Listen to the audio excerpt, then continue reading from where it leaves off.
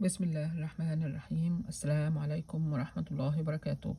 قال رسول الله صلى الله عليه وسلم: ولا يجتمعان في قلب عبد الإيمان والحسد.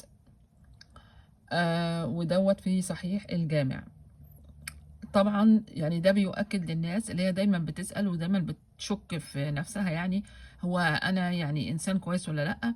أهو الحديث واضح تماما، بيقول إنه لو أنت فعلا شخص مؤمن وبتتقي الله في جميع أعمالك وبتراعي ربنا، بس مش بس قدام الناس بتتمنظر يعني، وفي الوقت نفسه أنت ما أنتش بتحسد حد، خلاص يا بابا، يبقى أنت إيه؟ خلاص يبقى أنت أصبحت عندك قلب مؤمن.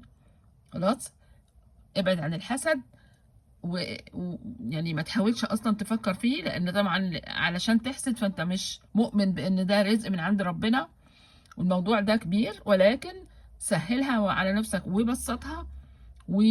وانت هيبقى عندك قلب مؤمن، وربنا يهدينا جميعا.